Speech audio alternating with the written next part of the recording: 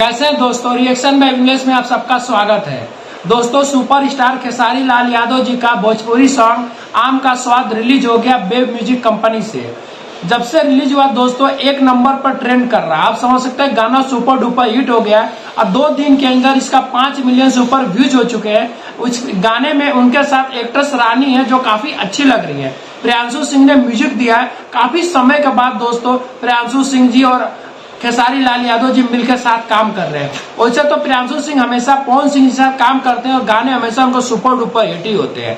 इसी का नतीजा आप देख रहे हैं कि प्रियांशु सिंह जब भी कोई म्यूजिक देते हैं तो गाना सुपर डुपर हिट ही हो जाता है। खेसारी लाल यादव के साथ उनकी जो म्यूजिक कंपोजिशन काफी अच्छा लग रहा है।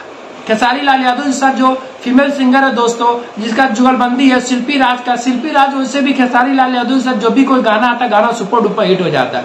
काफी एक मतलब की देहाती टच में, काफी अच्छे टच में पूरे गाने को शूट किया गया है और गाना काफी अच्छा लग रहा है। वैसे आम का सीजन है तो आम के सीजन की वजह से गाना काफी लोग पसंद कर रहे हैं और जब से रिलीज हुआ दोस्तों एक नंबर पर ट्रेंड कर रहा है। इसका मतलब आप समझ सकते हैं गाना कितना नंबर 1 चल रहा है, लोग बहुत ज्यादा पसंद कर रहे हैं।